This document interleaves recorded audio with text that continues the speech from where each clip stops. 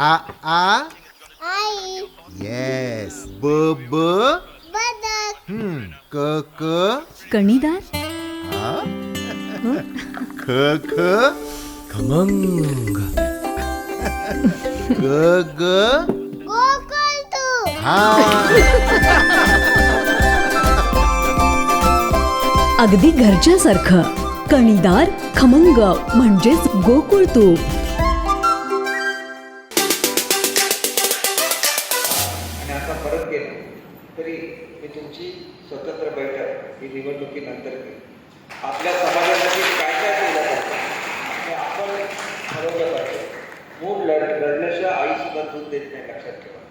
आणि त्याच्याकडे तुम्ही मागणी केली पाहिजे की आम्ही आमच्या प्रत्येक भागामध्ये, समजा कोलगाव विभाग असेल तर कोलगाव, आंबेगाव, कुरकेरी, नेंबळे सगळ्यांना एकत्र करायचं आहे. आणि त्यावेळेला आपण हे घ्यायचं निर्णय घ्यायचे की एवढी मुले बेरोजगार आहेत. म्हणजे प्रत्येक गोष्टीला कुठेतरी संधी असते. आज मी बांद्याला इंडस्ट्री स्थापन केली, तर 800 मुलं त्या ठिकाणी काम करतात. त्याच्यामध्ये जो मुलगा शिकलेला नाही तो साधं उचलण्याचं काम सुद्धा करू शकतो. एखादा मुलगा फोर्क मशीन असतं ते चालवण्याचं काम करू शकतो.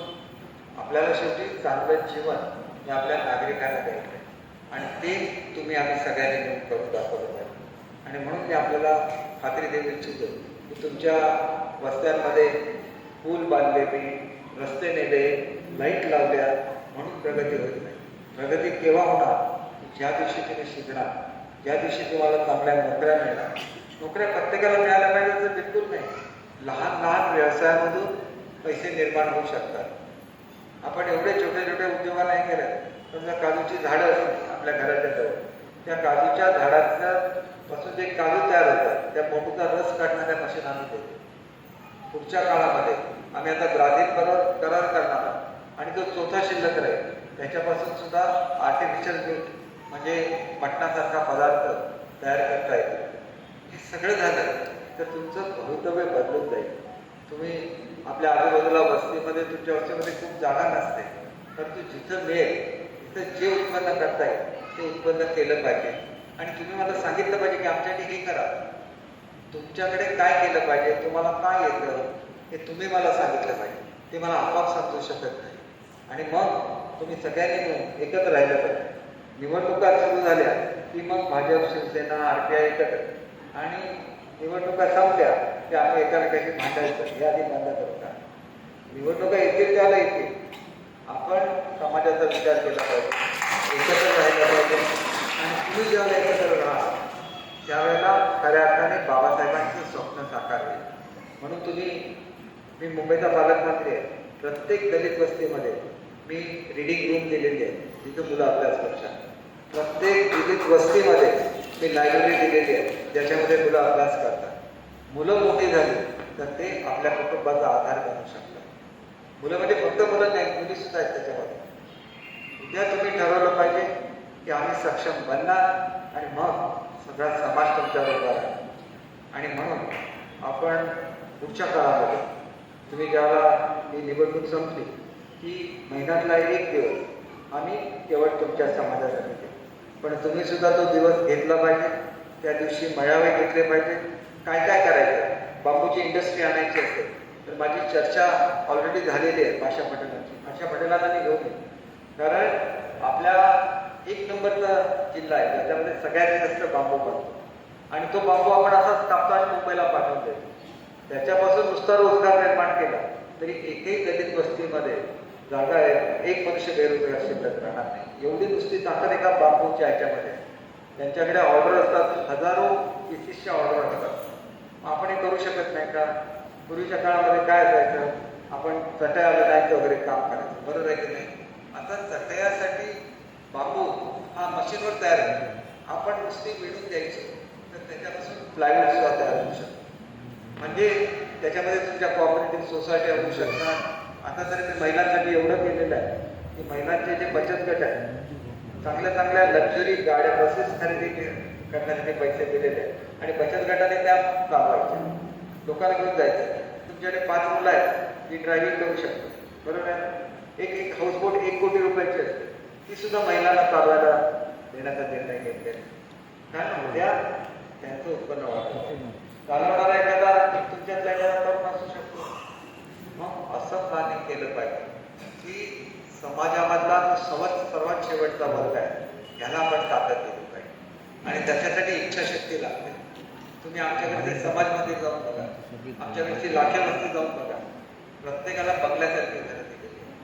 याच्यासाठी लोकांबद्दल प्रेम लागतं, गरिबांबद्दल आदर लागतो. नुसतं आम्ही असं करणार तसं करणार असं म्हणून चालत नाही. मी ते उभं करून दाखवलेलं आहे. आमच्या समाज मंदिरच्या परिसरामध्ये प्रत्येकाच्या घरामध्ये नळ आहे, प्रत्येकाच्या घरामध्ये टॉयलेट्स आहे. हे सगळं मी त्या काळामध्ये करून दिलं ज्या वेळेला स्वच्छता अभियान होतं त्या काळामध्ये. 20-20 वर्षापूर्वी मी हे करून दाखवलेलं आहे. आणि दलित वस्त्यांवर विशेष लक्ष देण्यात येतं. प्रत्येक दलित वस्तीवर जाणारा रस्ता आज आपल्याकडे टाकणी झालेला आहे. दलित वस्तीवर आपल्या लाईट लागलेल्या आहेत, त्या ठिकाणी समाज मंदिरं झालेली आहेत. हे आपोआप होत नाही. एवढ्या वर्षामध्ये सातत्याने हा निधी देत असताना जो राज्य शासनाचा दलित वस्त्यांसाठीचा निधी असतो तो सुद्धा सातत्याने मला मिळत राहिला. कारण आपण आपल्या नेत्यांशी चांगले संबंध ठेवायला लागतात तर तुम्हाला मोठ्या प्रमाणात निधी मिळतो. निधी मिळाल्यानंतर कार्यकर्त्यांचं एक काम असतं की कोणाच्या माध्यमातून हा निधी प्राप्त झाला हे सुद्धा लोकांपर्यंत आपल्याला पोहोचवायला लागतं. त्यावेळेला आपल्याला लोकांचा रिस्पॉन्स मिळतो. नंतर लोकांना वाटतं की अशीच कामं चालू आहे. आपल्याकडे पूर्वी दोडामार्ग तालुका डोंगरीमध्ये नव्हता, त्याच्यामुळे आवाज हळू ठेवा, त्याच्यामुळे त्याला निधी प्राप्त होत नव्हता. डोंगरीचा निधी, ठराविक निधी हा सुद्धा आपण दलित वस्त्यांसाठी देत असतो. आपण एक गोष्ट लक्षात घेतली पाहिजे की बाबासाहेब आंबेडकरांनी आपल्याला काय शिकवलेलं आहे की शिका, संघटित व्हा आणि संघर्ष करा. हा संघर्ष कशासाठी असतो? हा संघर्ष आपल्या विकासासाठी असतो. आणि म्हणून मी आपल्याला सांगू इच्छितो की केवळ दाखवून दलित समाजाबद्दलचं प्रेम निर्माण होऊ शकत नाही, ते मनापासून असायला. बाबासाहेब आंबेडकर सावंतवाडी संस्थांमध्ये आलेले होते. का आले तर एका दलित व्यक्तीकडून एक खून झालेला होता आणि त्याचे वकील म्हणून बाबासाहेब सावंतवाडी संस्थांमध्ये आले. त्यावेळेचे राजे हे आपले पंचम देवराज महाराज होते, बापूसाहेब महाराज होते. ते न्यायाधीशाच्या भूमिकेमध्ये त्या काळामध्ये असायचे आणि म्हणून न्यायाधीश म्हणून त्यांनी त्या व्यक्तीला फाशीची शिक्षा दिली आणि राजा म्हणून त्याला जो अधिकार होता तो अधिकार वापरून त्यांनी ती फाशीची शिक्षा रद्द केली आणि ह्याला खऱ्या अर्थाने राजा म्हणतात.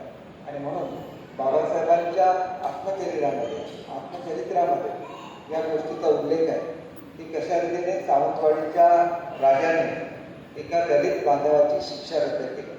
आणि म्हणून या प्रसंगाची आठवण ठेवण्यासाठी ज्या ठिकाणी संध्याकाळी बाबासाहेबांची सभा सावंतवाडीमध्ये झाली त्या ठिकाणी बाबासाहेबांचं स्मारक उभारण्यात आलेलं आहे. एक खऱ्या अर्थाने स्मारक हे बाबासाहेबांच्या उत्तुंग विचार असतात. त्यांनी ज्या पद्धतीने त्या गरीब बांधवाची बाजू मांडली या सगळ्याचं ते प्रतीक आहे. आणि त्याच्याचबरोबर ज्या बापूसाहेब महाराजांनी त्या दलित बांधवाची फाशीची शिक्षा रद्द केली त्यांच्यासुद्धा कर्तव्यनिष्ठेचं ते प्रतीक आहे. म्हणून तुम्हा आम्हाला इतरांसारखं वागून चालत नाही. तुम्हा आम्हाला जबाबदारी आहे की निवडणूक आहे, निवडणुकीमध्ये आमिष दाखवणारे खूप लोक असतात, परंतु ती आमिष तात्पुरती असतात. आपण जर स्वतःच्या पायावर उभं राहिलं तर ती जी प्रगती होते ती खऱ्या अर्थाने शाश्वत अशी प्रगती असते. आणि म्हणून या ठिकाणी आपल्याकडे एक पाशा पटेल नावाचे एक चांगले सामाजिक कार्यकर्ते जे बापू मिशन बोर्डचे अध्यक्ष आहेत.